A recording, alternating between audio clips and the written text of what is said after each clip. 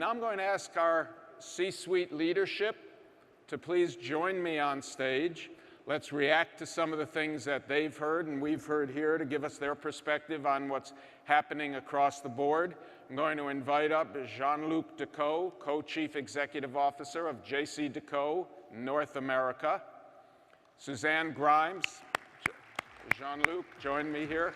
Suzanne Grimes, President and COO of Clear Channel Outdoor North America. Suzanne, come on back up. Jean-Luc.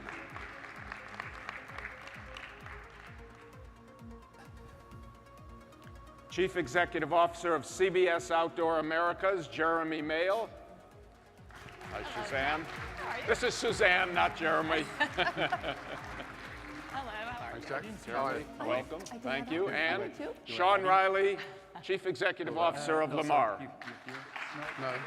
Sorry. See you. Sorry.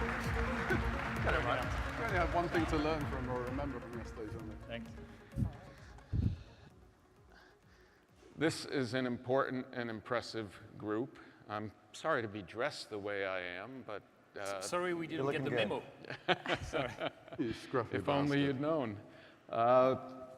You have heard a lot over the past couple of days, and there's been a lot of talk about digital. We just had a panel on mobile that we'll talk a bit about. Suzanne, Clear Channel has been an early investor in digital. Jeremy, you've been quoted in the press as saying CBS is really ramping up its digital efforts, and they're critical to the future. Of course, J.C. Decaux is almost by definition a heavily digital company from its roots. Let's talk about how, from each of your perspective and then from an industry perspective, the reality of digital and how important it is. It's less than 10% of the total revenues of the industry today. Most of those are national in scope. So let's talk about the reality and how you decide to make investments going forward with a positive context that is positive both for your marketers and agencies as well as for your investors. Sure. If it's to give you any indication of the growth of digital in our portfolio worldwide, between 2012 and 2013, we went from 10,000 to 40,000 digital screens. Now, it's not a numbers game. It's not about who has the most screens. For us, what's more important is making sure that we put those screens in the best locations. That's why our strategy has been very much focused on transit. Around the world, airport, subway system, train system, buses, and so forth. So it's more about making sure that we put those screens in the right place to reach the right audience. So yes, I mean, we're going to keep on rolling and developing digital screens around the world. But for us, it's always about making sure that this investment is sound and that we are delivering what the advertisers are looking for, which is the best audience. Now, as you went from 10,000 to 40,000, has your experience been that investment has in fact been sound? Yes. I mean, our strategy to develop digital is, if I can give an example of what we're doing here in the USA in our airports, in the like of JFK, LAX, and Miami. For us, when we go into an airport and we decide to revamp our offering to our clients, the idea is not to keep adding more signs.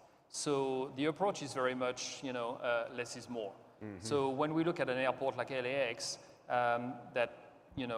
we are about to launch a brand new program in that airport, the idea is that we're going to take down a lot of our analog signs to convert them into digital. So at the end of the day, it's not going to be that there is going to be more inventory because we don't want to cannibalize, our own product and our own inventory. I think yesterday you mentioned, you said something about the oversupply of screens. I think I don't agree with you. I think that our industry has a lot of way to grow. And I think that if you look, outside of another example, not necessarily in the airport, but, in the digital billboards, we're just about to unveil our first digital program in the city of Chicago. It's the third largest city in the USA, and yet there was no digital billboards before. So I think that this industry has a lot of room to grow, and many places where we need to have a better inventory. I mean, obviously, advertisers are looking for scale and ease of buy. I've heard a lot of that over the last few days. And we want to make sure that we collectively can deliver all that throughout, all our different assets. Is there a hurricane happening? Yeah, it's by the raining. way? That's why everybody's in the room. I just looked back and looked out the window. That's Wow. not a golf day. Well, at least the roof is not leaking, so it's okay. Something like that. Suzanne, how about at Clear Channel? What's your experience in terms of having joined from another industry and on the shift to digital from an industry that was not quick to move to digital? So how's your experience different? Well, I'd like to start by pointing out that I've been here all of 1 year, so my experience is rooted in that perspective. Certainly in the publishing industry, I lived through the transformation from pure print to digital and what we did right and what we did wrong, and I think that helps me guide my thinking today for Clear Channel. But with that said, I came to the industry seduced by the power and the promise and possibility here, and digital was a big part of that discussion. And I think there's enormous room for everyone here on the stage to grow digitally and otherwise and take advantage of what the opportunity is. And Jean-Luc talks about the incredible footprint they've built in focusing on transit, among many other things. And at Clear Channel, we've focused, as you know, on large format digital displays and started fairly early in the US doing so. And so I'm pretty happy with our current footprint. We're at just about 1,200 large format digital displays now in most of the major DMAs. And the question is how we now take that. We made the investment from a capital standpoint, how we take that from an innovation standpoint to really bring that to market in a way that addresses a solution-oriented approach to conversations with brands and with agencies. And I think as we do that, each in our own respective ways, it will be good for the industry, it will be good for our partners, and there's a lot of opportunity ahead. And Josh spoke a little earlier about the Connect initiative. Can you share a little more on what that is? Sure. Josh is our expert, but we did announce yesterday in Rome via Bob Pittman the launch of a program we're calling Connect, and it is a global mobile platform across 23 countries, 5 continents, allowing brands to take advantage of these capabilities in a large-scale way that has never been seen before. So we're pretty excited about that. In the US, we will be active in June, so a couple more months to address the rollout of that, but it's an exciting moment and a first, so hopefully one of many firsts as we really focus on digital. Jeremy, congratulations on your successful IPO last week. I think the market responded very positively. As you were out on your roadshow and as you saw the response last week to the offering, what are you hearing in terms of the importance of the digital commitment to that success? I think when you look at where the investors' heads are right now, most forecasters have out-of-home penciled in at around 5% growth for the next sort of 3 years. If you look at that in terms of total media, that's likely to be growing at 3%. So they're suggesting that we're going to keep growing share. And in fact, that growth rate is second only to that kind of online, social, mobile bucket. So I think we can be very, proud of the fact that, we are number 2 only to that basket. And digital will be, one of those drivers. I mean, you talk in terms of only 10%. I don't necessarily think, I don't think of it in terms of only 10%. For CBS, we only have 400 boards right now, so 1.5% of our inventory is driving 10% of our revenue. That's substantive. And, we will keep building out. We will keep building out in a measured way. One of the slight sort of points of contention when we were chatting before, Jack, I have, is in terms of this supply point. We have the gift, if you like, of regulation. So regulation is very much our friend, and out of that regulation, we do have quite a strong limit on supply. So, in terms of digital, we obviously appreciate that increases supply. So I just think we just need to manage that very carefully as an industry, as I think we've done. I think we've been pretty good at that, and we'll certainly, keep thinking about that supply side point, because while Digital, you can do all sorts of great things. It can be more timely, more creative, et cetera, et cetera. It doesn't necessarily put up a local advertising budgets in that area. So you've got to go out and you've actually got to grab share. Otherwise, frankly, you will be cannibalizing your own properties.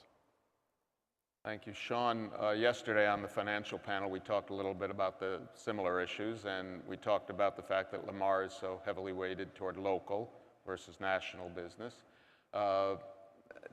Are there inherent differences, therefore, in how Lamar approaches the digital ecosystem?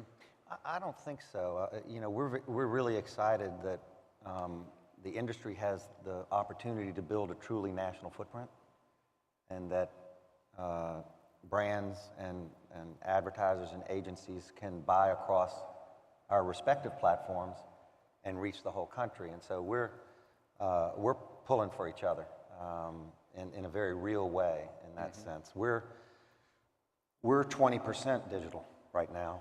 Traditional digital out-of-home large format makes up about 20% of our book, a little over 200 million. And so that suggests that the industry can certainly get to where we are, right? That's good growth there. And I think we will. We're seeing good same board performance right now, which is nice. Last year we were a little wobbly on the same board performance, and we were a little less aggressive on our deployment, and sure enough, demand caught up with supply, and now we can get a little more bold out there, so I feel good. So Greg Stewart just made a comment that he thought the out-of-home industry might not be taking seriously enough the threat of mobile. Do you agree? I mean, every time there is a new platform that can suck up the media dollars, yes, it's potentially a threat. I think that we have to realize that the connection between out-of-home and mobile is there, and I think that no one media operates in a silo. I think you've heard that from advertisers. So people are looking for the best mix to reach their consumers on the go. And I think that we have a great opportunity, and I think that what Clear Channel is doing is a great examples of the things that we are doing as an industry. The fact of the matter is that we don't develop the technology, so it's very difficult for us to take the lead on this one, because the technology keeps changing every day. Bluetooth, NFC, beacon, iBeacon tomorrow. I mean, what's going to be the next thing? There is no other media that is more strongly connected to mobile than out of home. At its essence, what people are trying to do with mobile, what advertisers are trying to do, is find out where you are and talk to you. And we are location-based. And so when you think about that, the marriage of the two makes a great deal of sense. I love some of the anecdotal stories of campaigns that were in the previous panel. We did a wonderful one in New Orleans around the NBA All-Star game. Under Armour wanted to create a lot of buzz around Stephen Curry's new shoe. So we geofenced, we created a digital campaign, we geofenced our digitals, we geofenced the arena, and we geofenced the sporting goods stores, all of them in New Orleans. And anyone with a particular app who walked in was pushed the same copy that was showing on the digitals. They were very much tied in. We quadrupled the traditional click-through rate. So when people were on their mobile in a geofenced area and saw the same copy that was out of home supported, and we have all the data to back it up, clearly successful. And the Under Armour folks were very, very happy. So it's that notion that you on your phone, not we, Big Brother, but know where you are. We know the apps on your phone if you opt in, and we can ping you. And we can ping you with out-of-home supported copy, and it's powerful. I think there is a healthy paranoia to be had. So I was just going to say, I mean, I don't think we can be arrogant, and I think healthy paranoia is good. Out of home was once described at a conference I was at as kind of the glue that holds together actually this virtual world, and I think we can certainly be that.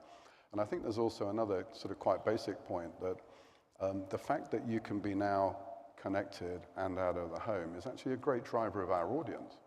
Yeah, it's just, because, you don't have to be in home. So actually, it's just increasing our eyeballs. So when all other media's audiences are either fragmenting or decreasing, ours continue to grow. And for the most part, they're the audience that people want because they are connected, they're more affluent, they're younger, et cetera, et cetera. So as I say, let's keep that healthy paranoia. But I think for the most part, I think the marriage between mobile and out of home is a very positive thing.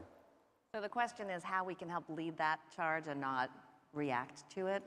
And I've been so impressed by the people I've had the chance to meet over the past year and a lot of the conversations here today. And so the thinking is great, the people are passionate, and I may have a bias to action, but it seems like this is a good time for that. And so some of the issues we've been wrestling with and some of the great panel discussions that we've had, many of which you've led, suggest a path. And I think that the four of us up here have a lot of agreement on where the industry needs to go, having read what others are sharing publicly. So I think it's time to get together and do that and with our shared interests, move forward and bring to the market what we're capable of doing because the story is incredible. We have a unique opportunity here. Sean, you've been in the out-of-home industry your whole career and Started out as a painter. As a painter. But not really. I just had the big long brush and I painted the white in between the letters. Exit here. Pretty much was me. And you've been in the out-of-home industry since birth, pretty Almost, much, yes, right? pretty much. So, Jeremy, I know you've been New boy, 20 years. At JCDecaux and TDI, but you're new to the United States. You've been here how many months? About 6 months, yeah. 6 months. Suzanne, you're new to the industry, a year. So we have an interesting opportunity here for the new, if you will, to talk to the legacy, even though that may not totally fit. What have been, Jeremy and Suzanne, the surprises for you coming to the United States from the traditions and the tremendous success of out-of-home in Europe and coming in from a completely other industry into a senior position of leadership? Can you share with us kind of what your insights are that can help inform us? I think the main surprise was actually how relatively small the industry felt over here. I thought it would feel massive, but actually it actually feels quite a small industry. And I think part of that is that we are somewhat insular as an industry. So you can very quickly get to know who all the key players are. I think when you look at the way out-of-home is used in the US, I mean, it's a tremendous medium. I've been in it for 20 years and have never, ever wanted to be in any other medium than out-of-home. But when you look at the US, I think we use the medium tremendously well locally. But that sort of national piece, as far as I'm concerned, we're still not quite getting right.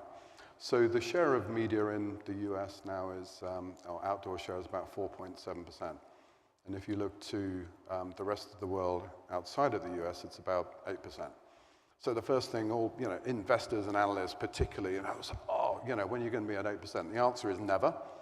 Okay, we'll never be at 8% because of all sorts of structural differences.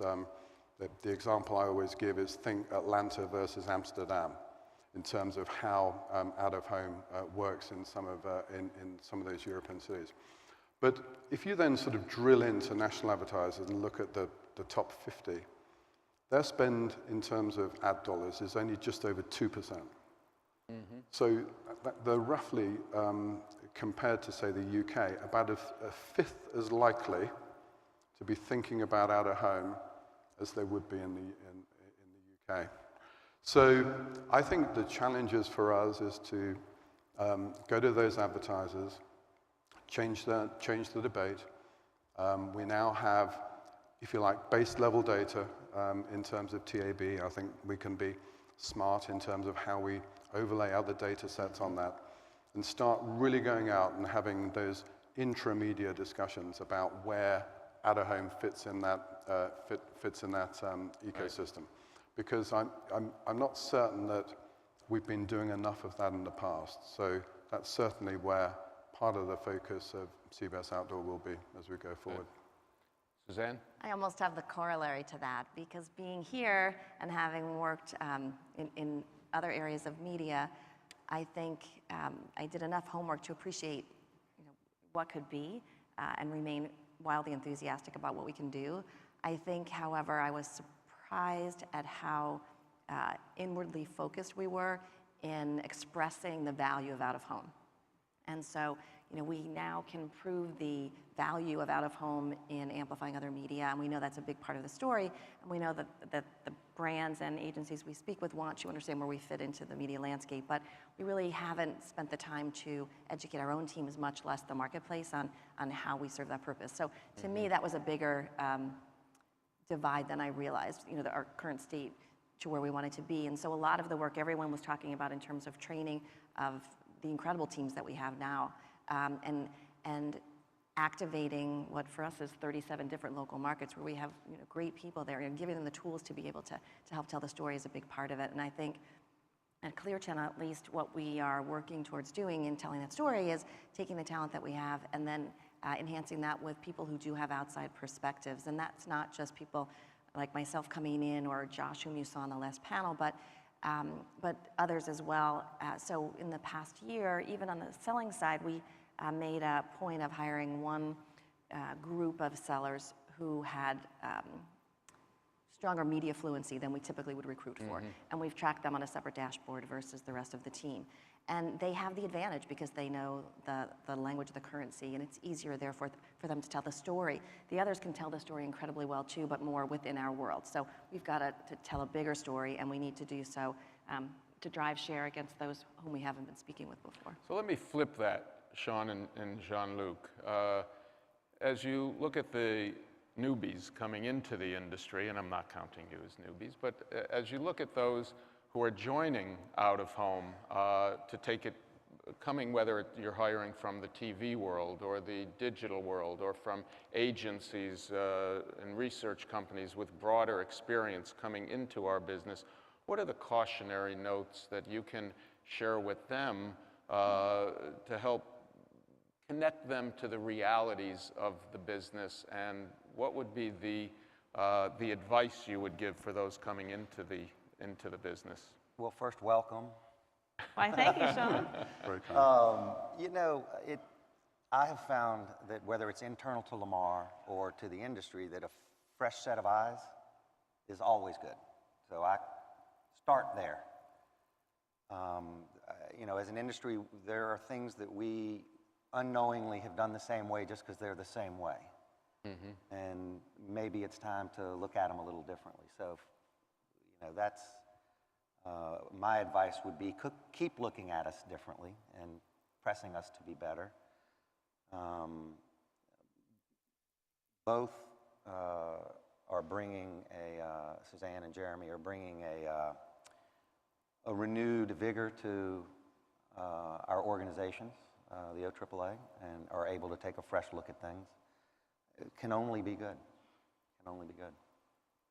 Jean-Luc? Wouldn't qualify Jeremy as a newbie, but all right, you get away with this one. I think it's very important for our industry to make sure that we keep attracting new talents and talents that don't necessarily breed within our own industry.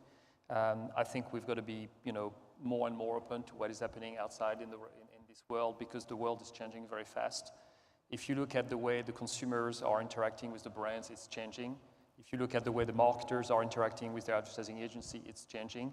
So we've got to make sure that the way we interact with the rest of the world is changing as well, and it's changing fast, and all for the better. In that context of talent and attracting new talent, I do want to congratulate you and all of your companies on the efforts you've made and continue to make in the areas of increasing the diversity of your organizations. Is there some counsel you can share with the rest of the industry about how to prioritize the importance of diversity within the industry? Please. Love to take that one. If I were to count how many people approached me in the hallway in the last 48 hours, even remarking on having a woman sit up here, you might be surprised.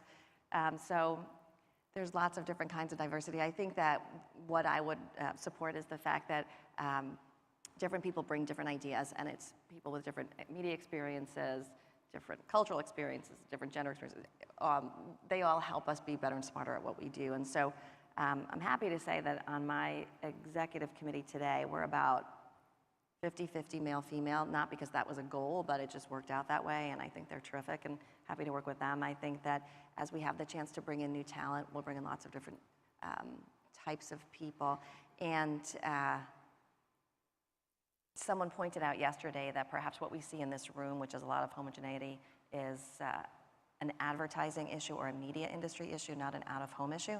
And perhaps that's true, but I think our mission is to bring the best thinking together, and people with different life experiences will always have a variety of perspectives to bring. So I hope next year we look around and we'll see a little more diversity here in this room and in our own offices as we travel around the country and in some cases the world. And I know you support that too. So. Anyone want to add to that, Jeremy? Yeah, I mean, I was at an ad agency a couple of months ago, and I mean, there's been lots of talk about programmatic, and so I was watching this programmatic buy, online buy, okay, and it was for a DIY store, all right, or a chain of DIY stores, okay, and the ISP addresses that they were targeting, okay, was people or ISP addresses that had visited the DIY store's website, had clicked through to kitchens, but not made an appointment. Okay? So that was how targeted and how specific this buy was. So on one side of the screen, you saw this ticket, going like this, with all of the ads being served. And then on the other side of the screen, you had a counter that was much slower, going click, click, which was the appointments being made. So there was a couple of takeouts from that for me.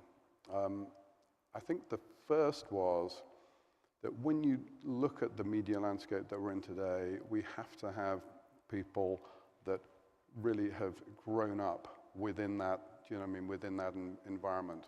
And so I think, in general, I think getting potentially some more youth into our industry will be a very good thing.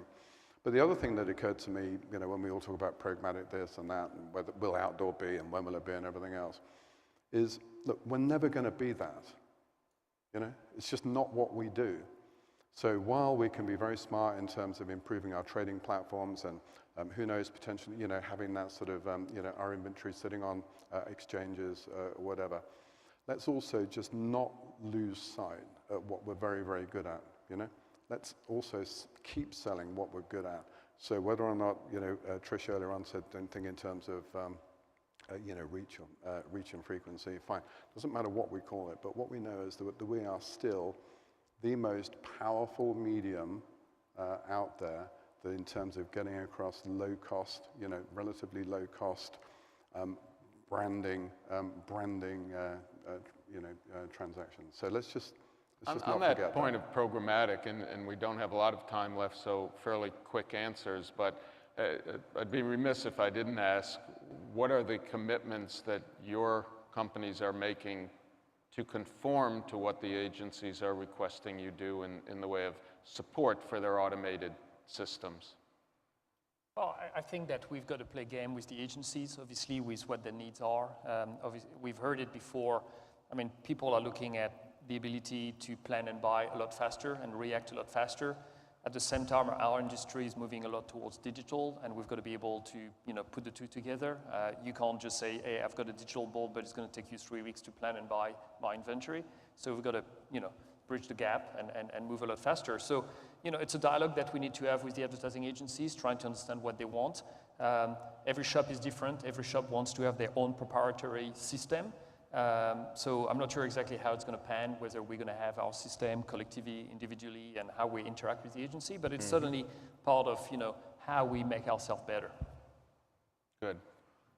I think I would agree with everything you said, and certainly we are actively engaged in conversations to make the right choices, but we're committed to using the good work that's been done in terms of ratings and other information to make it easier to buy and sell and get started down that road.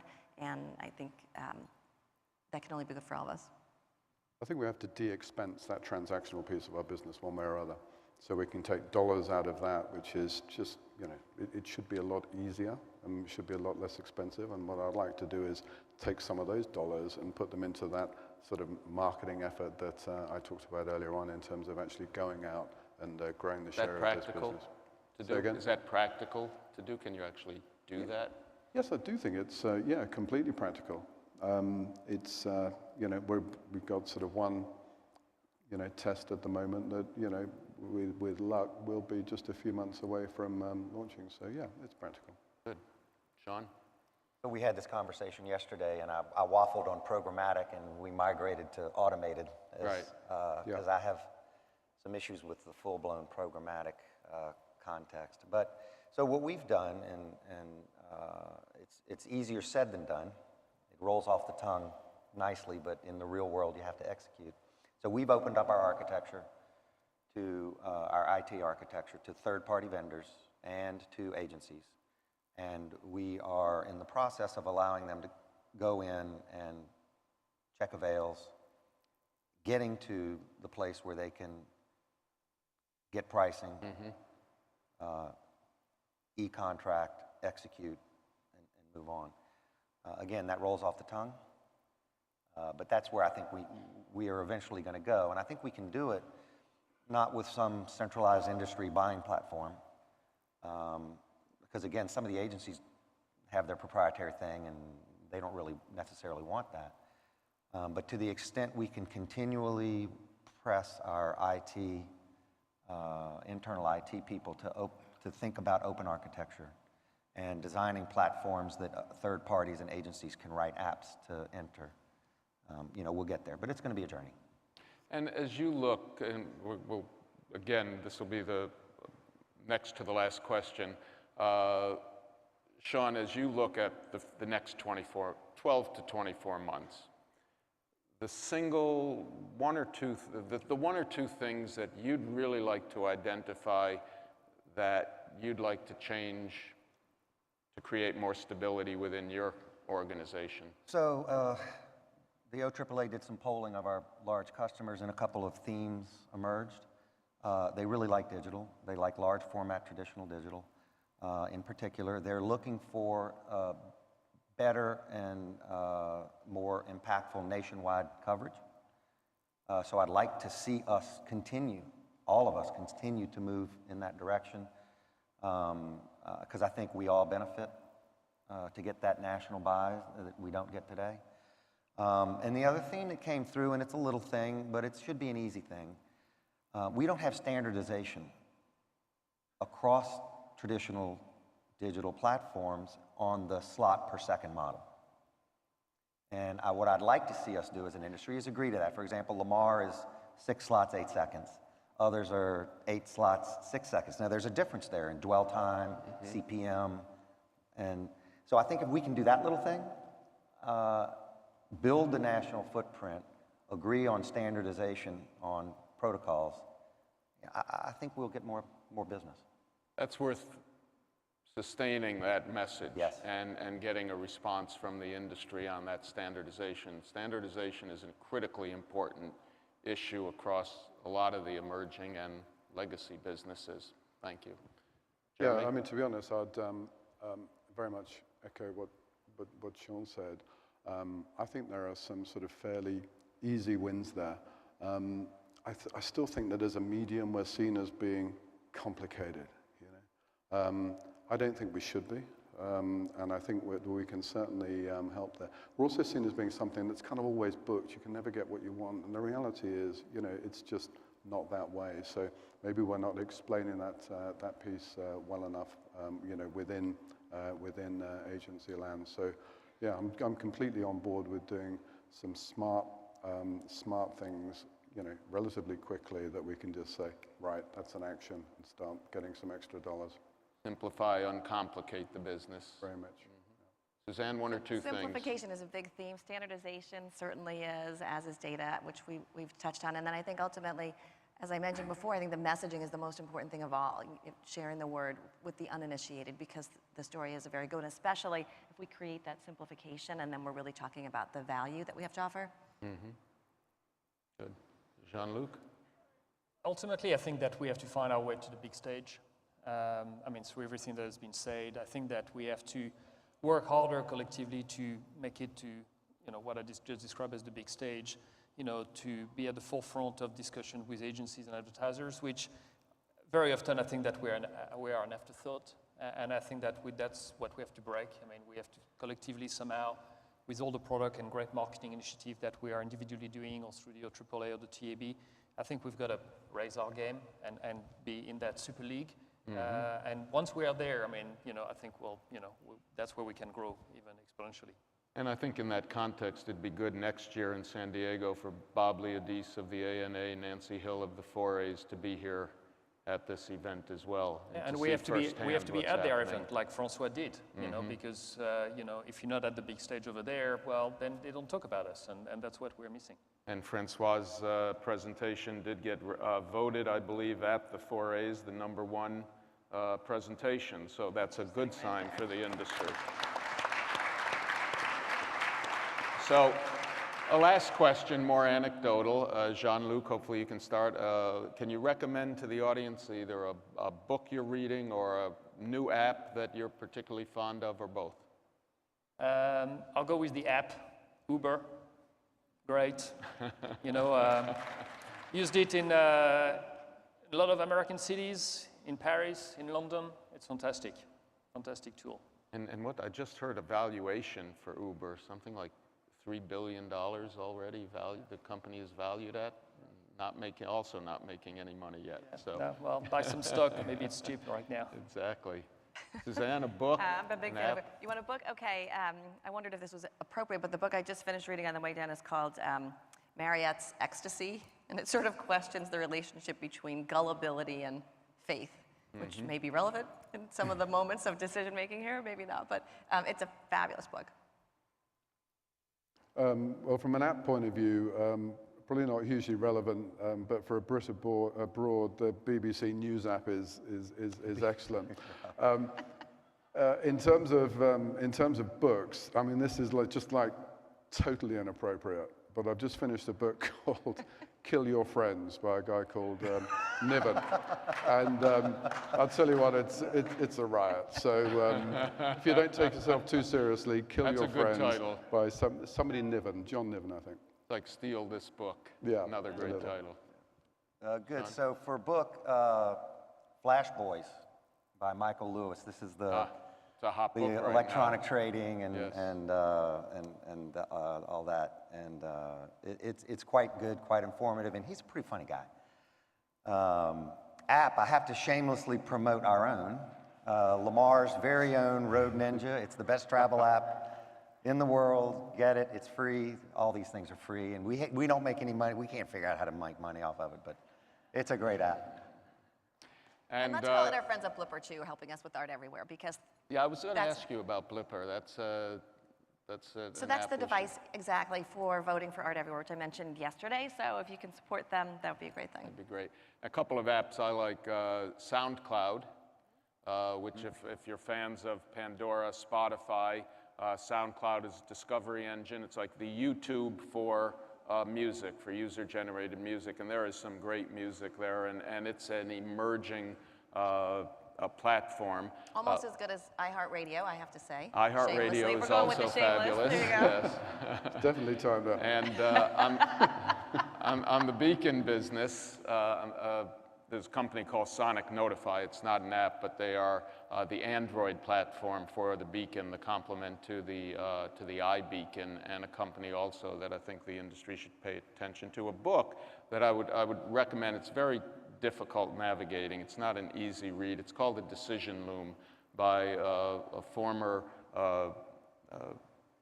head of procurement, believe it or not, at General Motors, but someone who's been very influential in the government and in the automotive and other industries. the decision loom, and it's a new way of making decisions and processing decisions in your organizations.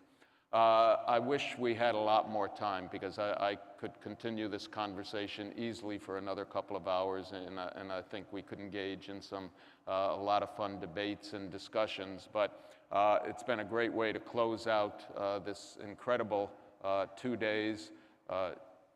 Sean, Jeremy, Suzanne, Jean-Luc, thank you for your support for the TAB OAAA and for being here throughout these past 2 days, and for your future leadership as well. Thank you. Great. Thank you. Thank you.